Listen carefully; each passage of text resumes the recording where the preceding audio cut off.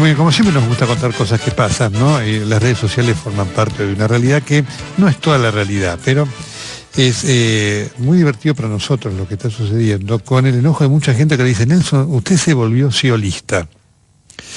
Y por supuesto que no puede generar más que gracia.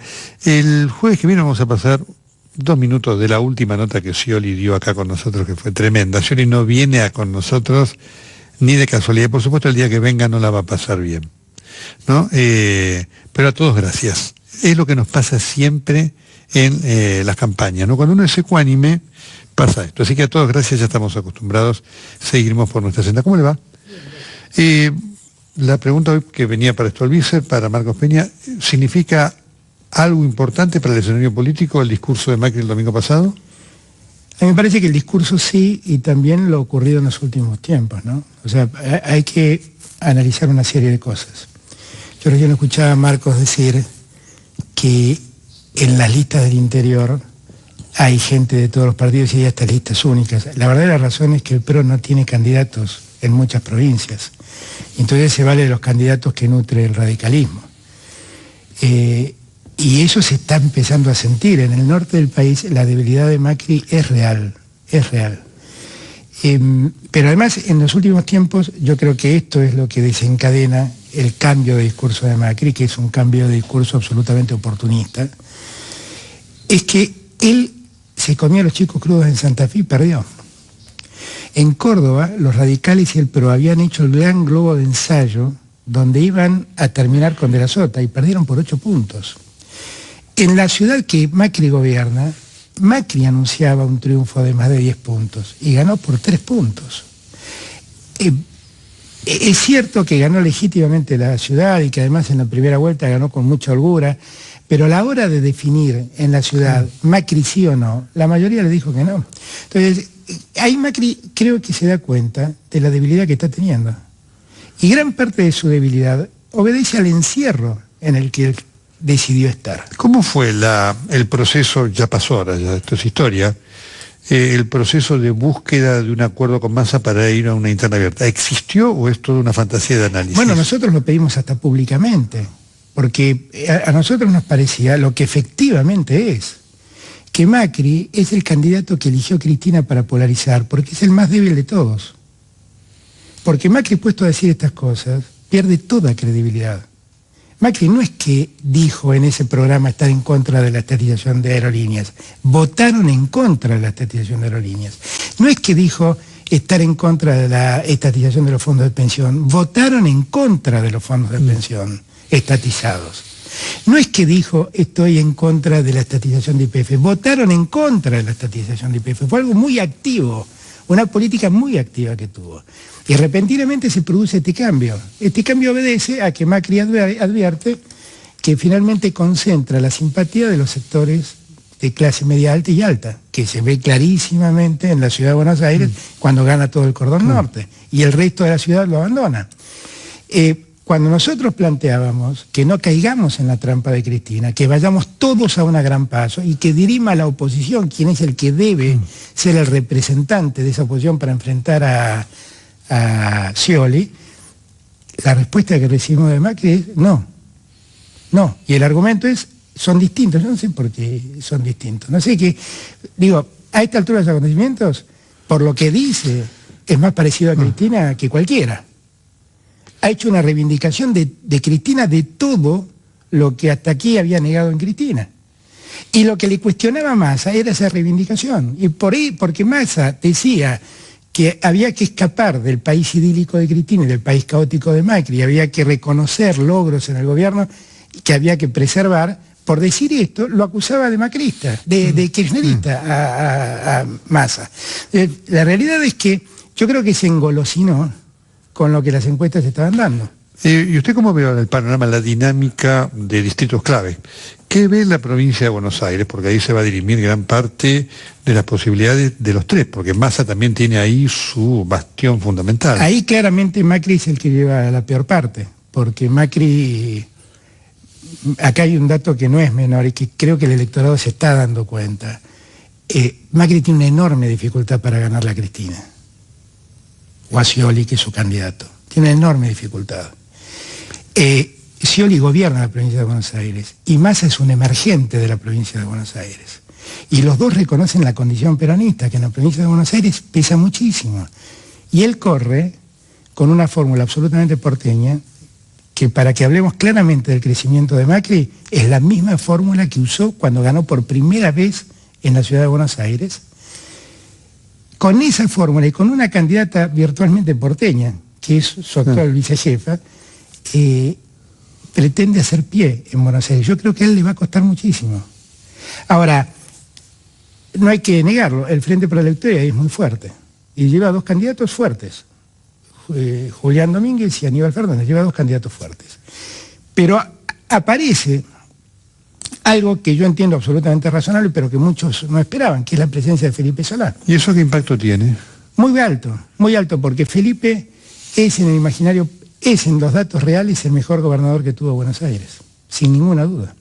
Se lo dice alguien que fue el jefe de gabinete cuando a él le tocó ser el gobernador de Buenos Aires. Cuando Rucauf le dejó esa provincia llena de papeles que llamaban patacones. Él emprolijó fiscalmente la provincia, fue el primero que quiso hacer una gran reforma en la policía bonaerense, fue el primero que atacó frontalmente la corrupción de la policía bonaerense, y me parece que la gente eso lo visualiza y se da cuenta que tiene la posibilidad de volver a poner en el cargo del gobernador al gran gobernador que fue. Y esto me parece que lo ayuda mucho a Massa, también es cierto.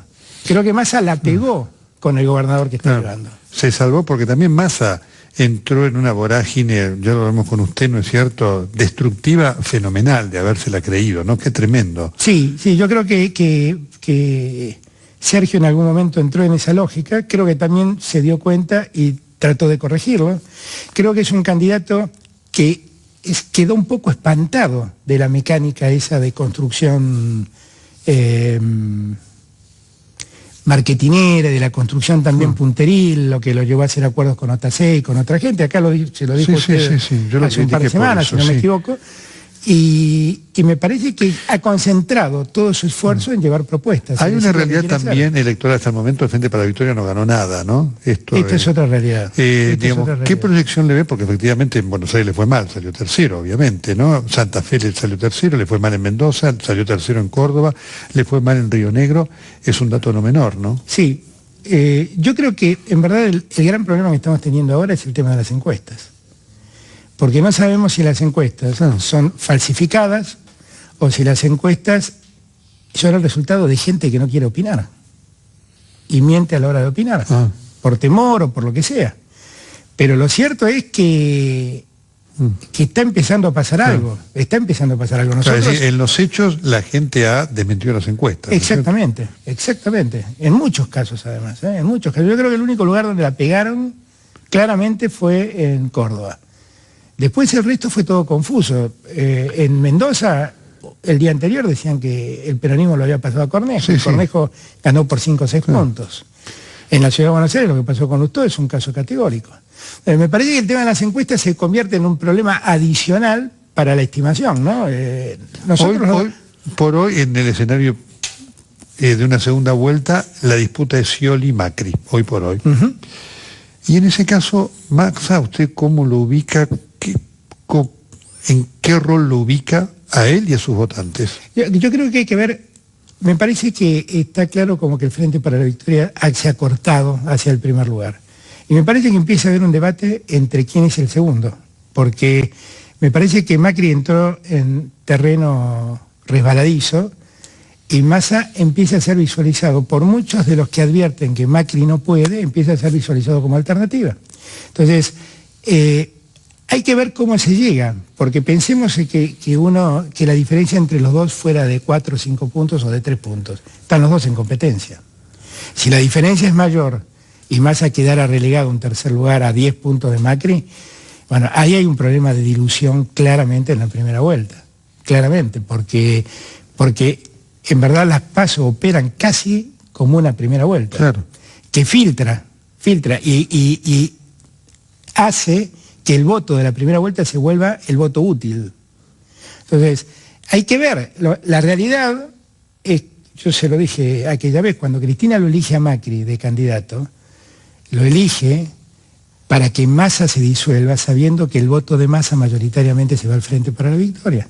Y el gran crecimiento de Scioli ocurre cuando Massa se diluye, en ese periodo donde perdió muchos puntos, esta es la realidad. Ahora, a mí me parece que la oposición tiene que repensar todo, porque si en verdad queremos hacer un cambio, el cambio que buscamos no es un cambio de discurso, que es lo que hace Macri, un cambio oportunista de discurso.